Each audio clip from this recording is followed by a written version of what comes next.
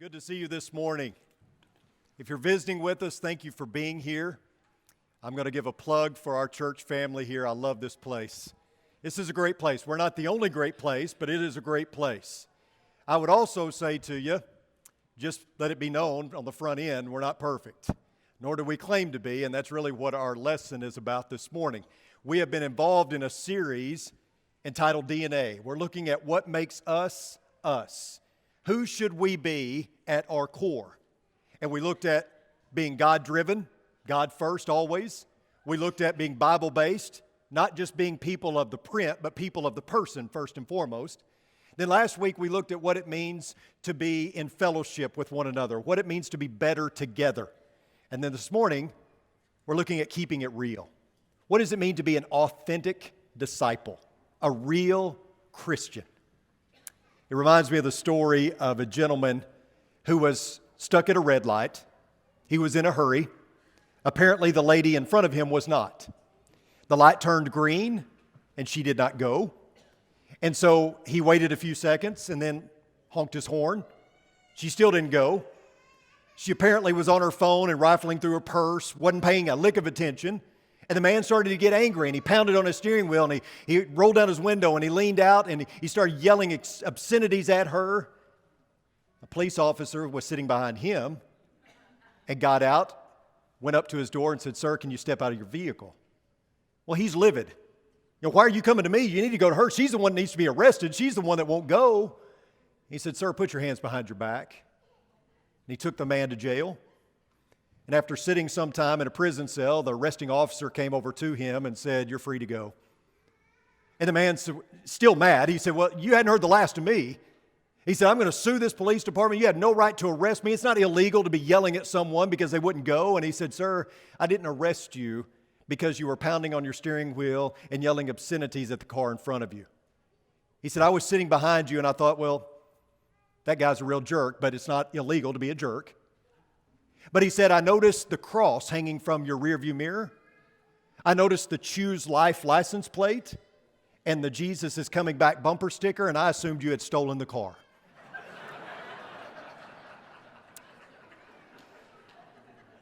You know, hypocrisy is one of those sins that we love to hate, right? Especially those who are not Christians. There's not a greater sin that you can commit in our culture, and especially within the church. We'll overlook lying, adultery, pornography. We'll overlook a lot of things, but not hypocrisy. You know, in our airbrush culture, we despise counterfeits. And we love authenticity. We crave it. You know, for many years now, it's been open season on hypocrites within the church. How many times have you heard it when you invite somebody to church and they say, "Oh, I can't go there. It's just a bunch of hypocrites." Of course, a lot of times it's a misdiagnosis, right?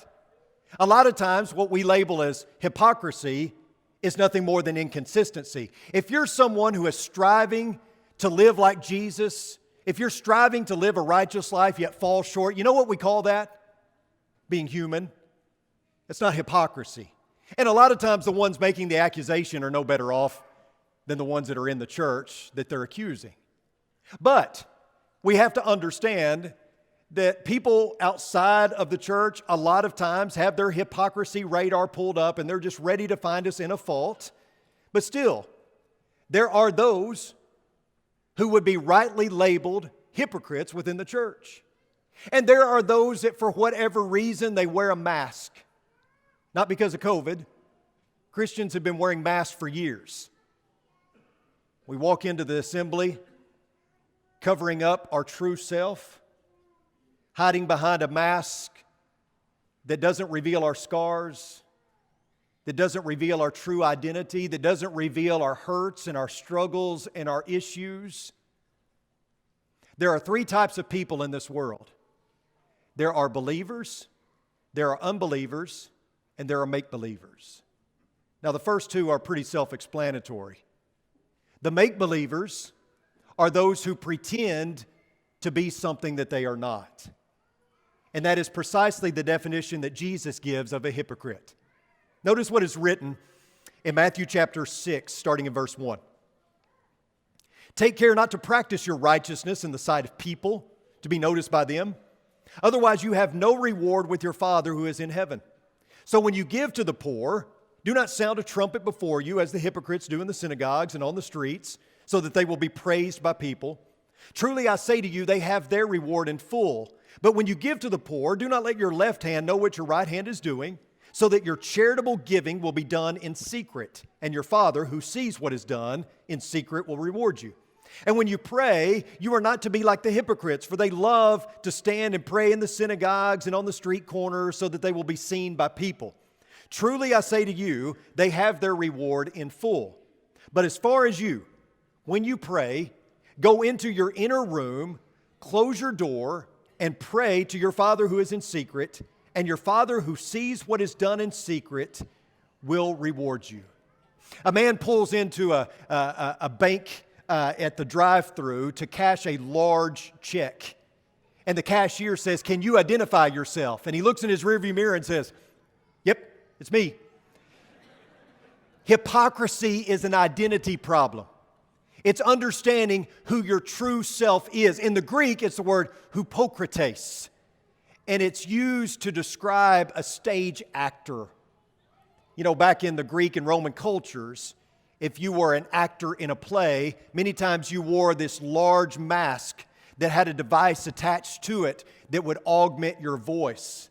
And so the word hypocrites became used metaphorically of the one who tried to present themselves in a light in which they were not really true to that character or that nature. The Pharisees were the epitome of make-believers. They were the epitome of hypocrisy. To practice righteousness before men for the sole purpose of receiving praise from those men is fake faith. It's counterfeit discipleship. It's hypocritical because it's pretending to be something that you're not. Like a stage actor, the antics of the religious leaders got an ovation from the people, but they were a box office bomb with the Lord. You might remember several years ago, Jeff Foxworthy rose to stardom with his bit about you might be a redneck if. Remember that? If you have a collection of salad bowls that all have Cool Whip on the side of them, you might be a redneck.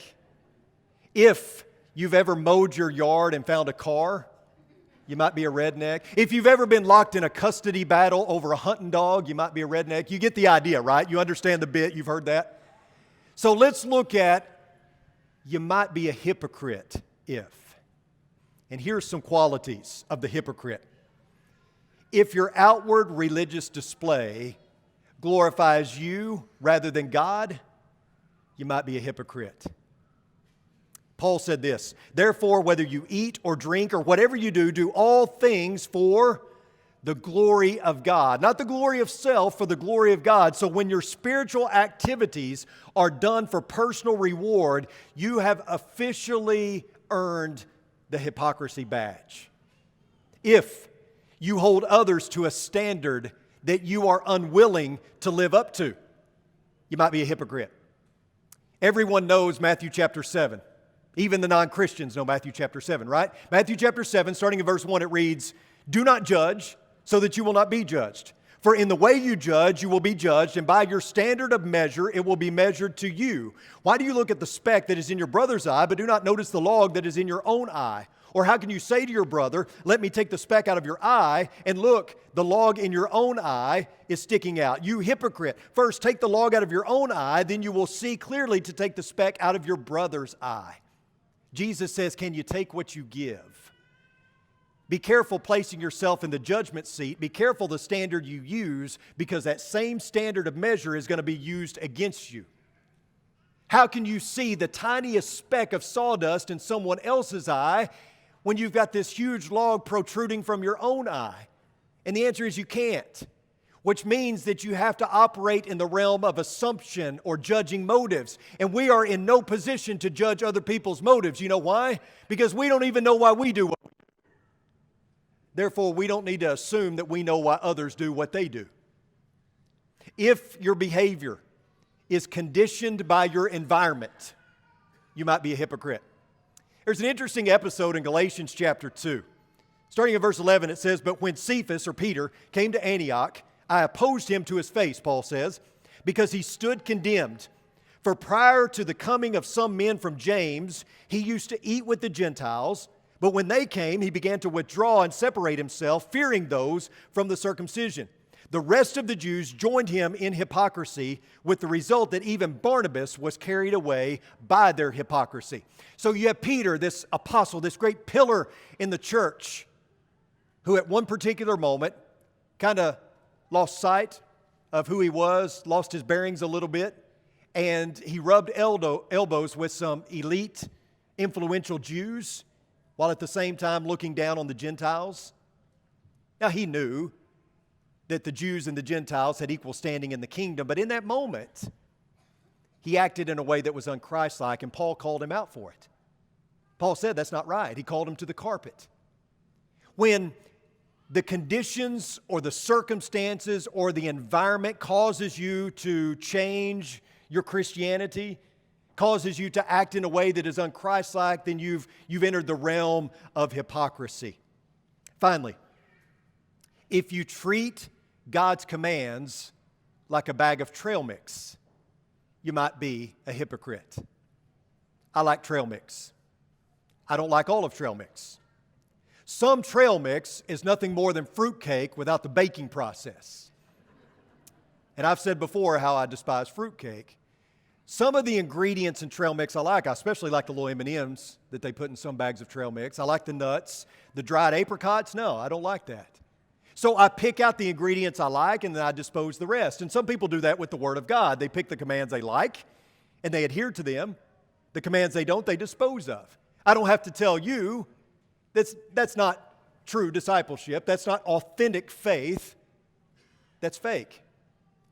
You can't profess faith and not possess faith. And to possess faith means that you take it all. Doesn't matter if you agree with it or not. Doesn't matter if you like it or not. You consume all of it. You don't get to pick and choose which commands you want to follow and which you don't. That's what the Pharisees were doing. The Pharisees were more than happy to follow the commands that led to right behavior. They discarded the commands that led to the right heart. Jesus called them out for it. There's a story that's told, it's a fictional story, about the Queen of Sheba, that she went to visit the wise King Solomon for the sole purpose of putting him to the test. And so she brought a bouquet of flowers. They were fake flowers, but they looked real. So real that no one could tell the difference. And so she brought them into the king's court and she sat them there among the other bouquet of flowers that were real. And when Solomon came into the room, she said, I want to see if you can figure out which ones are real and which one is fake, but you can't touch any of them. And Solomon said, fine, open the windows and let the bees come in. How difficult is it to discern what is fake and what is bona fide? How do you determine the cubic zirconium from the diamond? When it comes to discipleship, believe it or not, it's not all that difficult. In Matthew chapter 7, again, this time in verse 15 and following, Jesus says these words, beware of false prophets who come to you in sheep's clothing, but inwardly are ravenous wolves. You will know them by their fruits. Grapes are not gathered from thorn bushes, nor figs from thistles, are they? So every good tree bears good fruit, but the bad tree bears bad fruit. A good tree cannot bear bad fruit, nor can a bad tree bear good fruit. Every tree that does not bear good fruit is cut down and thrown into the fire. So then, you will know them by their fruits. Jesus says, fruit don't lie. Good connection, good fruit. Bad connection, bad fruit. What a person is, he will eventually show. You go over to John chapter 15, passage we've talked about in depth over the last year or two, and you see in verse 1 and following, I am the true vine, and my Father is the vine dresser. Every branch in me that does not bear fruit, he takes away, and every branch that bears fruit, he prunes it, so that it may bear more fruit.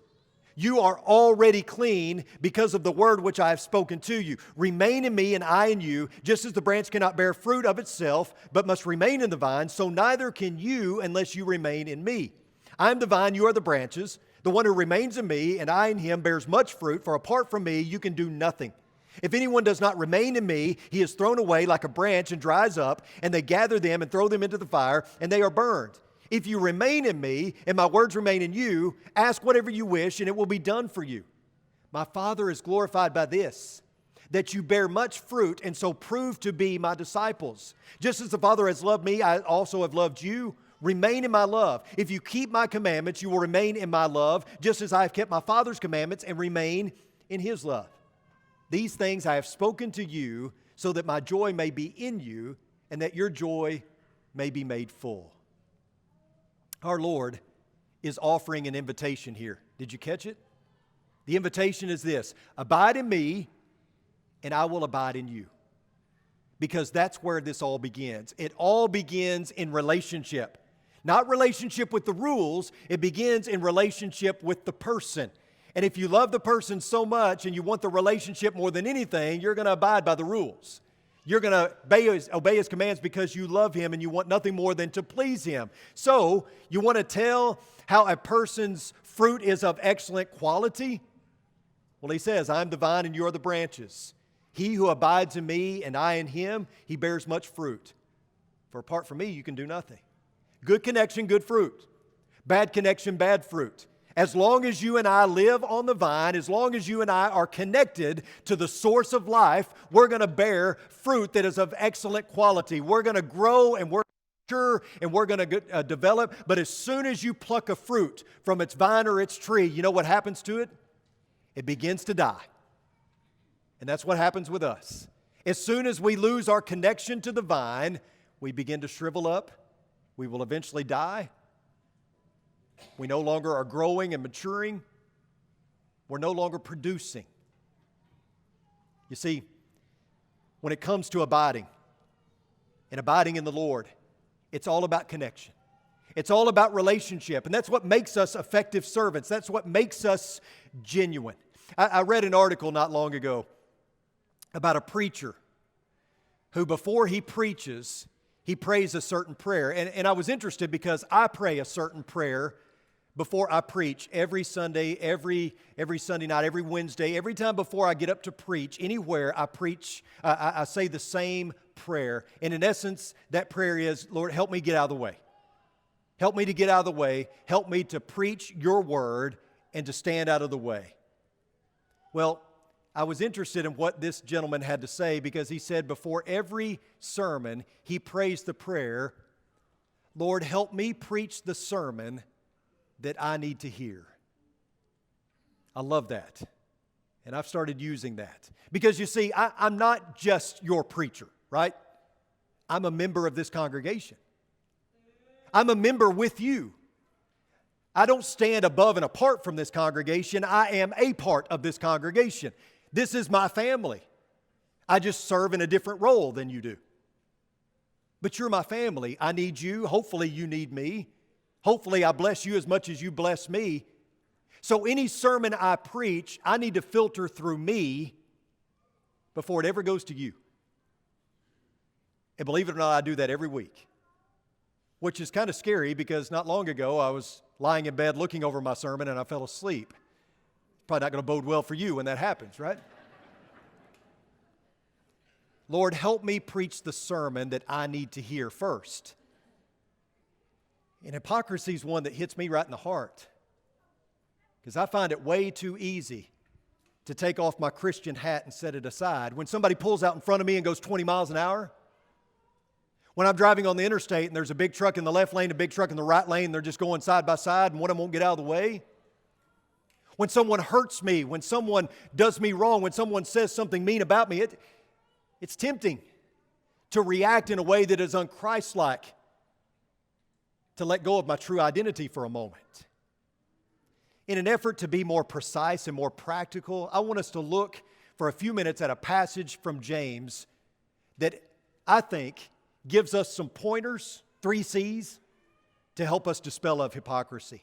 It's James chapter 1, 26 and 27. It reads, if anyone thinks himself to be religious, yet does not bridle his tongue, but deceives his own heart, this person's religion is worthless.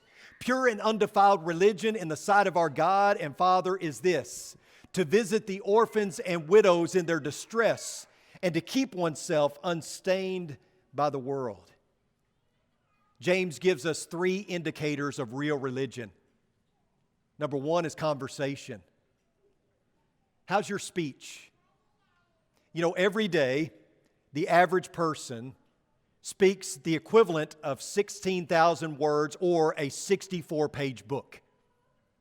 Every day. In 1 week, a person says 16,000 words on average. Okay? 16,000 words per day, 64-page book. In 1 week, that comes out to a 450-page book. Which means that in a year, the average person speaks 5,760,000 words, or enough words to fill 4 volumes of the Encyclopedia Britannica. That's a lot of words. What does your story say? When people read your story, because they will, what are they reading? What is your story, what does your conversation say about your marriage? What does your story, your conversation say about the way you handle people who hurt you? How does your story testify about who you are, what you profess? Does what you profess also match up with what you possess? You see, we have lost the ability to speak words that are wholesome only, and too many times we find ourselves speaking words that are not pure, that are not undefiled. All too often our conversation may be good at times, but it's also mixed with words that are unhealthy and do not further the cause of Christ. We have lost the art of silence. We don't need more unwholesome speech. We need more caged tongues. All too often, and social media does this more than any place. Social media has created this idea that anyone who has a thought can publish it and you need to hear it, and that my opinion is worth it. When opinions are like belly buttons, everyone has one and they're worthless, they don't do anything. But social media is one of the biggest places where you see hypocrisy. Is the persona we're presenting online the real us, the real you? You heard about the linguist who was able to keep silent in 7 different languages? There's a lot to learn there. Sometimes the best thing to say is nothing at all. Paul said it best, your speech must always be with grace as though seasoned with salt, so that you will know how you should respond to each person. A second indicator that our religion is real is our concern, our care, our compassion. That's not to say that we're not convicted, but along with that conviction comes compassion. You know, he talks about the orphans and the widows. That's an exhaustive list. There are others that we should be concerned about, that we should show compassion to. Jesus made that clear in Luke chapter 10 with the story of the Good Samaritan. Who is my neighbor? Well, everybody, right? Anyone who has a real need, we should be showing care and concern to. Which means it's not just the orphans and the widows, it's those who don't look like us, those who don't think like us, those that don't act like us, those who don't share our political views, those who maybe live on the margins, the immigrants, the prisoner, the homosexual, the transgender individual. All are included. Everyone who Christ cares about is who we should be caring about as well. A man by the name of Bob Rowland once wrote a very sobering poem entitled "Listen, Christian." Reads like this: I was hungry, and you formed a humanities club and discussed my hunger. I was imprisoned, and you crept off quietly to your chapel in the cellar and prayed for my release. I was naked, and in your mind you debated the morality of my appearance. I was sick, and you knelt and thanked God for your health. I was homeless, and you preached to me of the spiritual shelter of the love of God. I was lonely, and you left me alone to pray for me. You seemed so holy, so close to God, but I'm still very hungry. Real Christians see the afflictions of real people and they take real action. We bleed the same blood that Christ shed for us and for all of those. All of those, even those that we might not even see as worth it. A final indicator of real religion is your character. So you have your conversation, your care, your concern, and your character. And I think this goes without saying, but I mention it nonetheless because James does. He states that the faithful child of God must keep oneself unstained by the world. We live in a very dirty world. I don't have to tell you that. You know that. We live in a world that is saturated with sin, and sometimes the stains are hard to remove. But James presents a bit of a dilemma. At least on the surface, he says we must go into the world to help the hurting, but we mustn't let the world rub off on us. That can be difficult. Being real means being fully engaged in the world. We have to be willing to get dirty, to get our hands dirty. Jesus did. He rubbed elbows with the gluttons. He had conversations with the adulterers. He hung out with those who were lost in sin. Jesus lifted up the fallen, but he didn't fall. He didn't resort to being a glutton or a drunkard. That's the difference, right? He hung out with them with the intent of influencing them, not allowing them to influence him, right? So the remedy is to be like Jesus. That's the solution for hypocrisy. It's easy, right? Except that it isn't. It's not always easy to be like Christ, but that's the target. That's what we're shooting for, to be a rebel with a cause. And that cause is the cause of Christ, to make a difference in the world around us, to show others that there's a better way to live, and to help them remove the dirt and the filth from this world. This is an ermine. Pretty stinking cute, right? So an ermine is of the weasel variety. They live in the northern United States and Canada. And in the winter especially, they have this beautiful white coat, which is a prized commodity for hunters and trappers because that pelt will bring good money. So when a hunter or trapper wants to catch one of these ermine, do you know what they do? They go to the ermine's den, and around the opening of their den, they place mud and all sorts of filth. Then they release the dogs, and the ermine, to escape the dogs, will immediately run back to its den. But when it gets to its den, it won't go in because it doesn't want to get its beautiful white coat dirty and filthy. And so the dogs kill it. Beautiful, happy story to end with, right? Maybe we can learn a lesson from the ermine. Not to be killed, but maybe we can learn the lesson of not being stained by the world, not allowing the world to get us filthy, but rather in our conversation, in our concern, and in our character, we strive to be stained with Jesus. We strive to exude His character wherever we go. What we're really stained with is the blood of Christ, and we let everyone know it. Not being covered in the filth of this world, but rather standing apart and showing others that there is a better way to live. Luke's going to lead us in a song. If we can help you this morning, if you're hurting, if you need the prayers of this church family, if you're ready to take the next step in faith, if you're ready to put on Christ in baptism, if you're ready to study the Bible with someone, we want to help you. Whatever your need this morning, this is a loving family that wants to help you be right with God, right with your fellow man. So if we can help you, why don't you come as we stand and as we sing.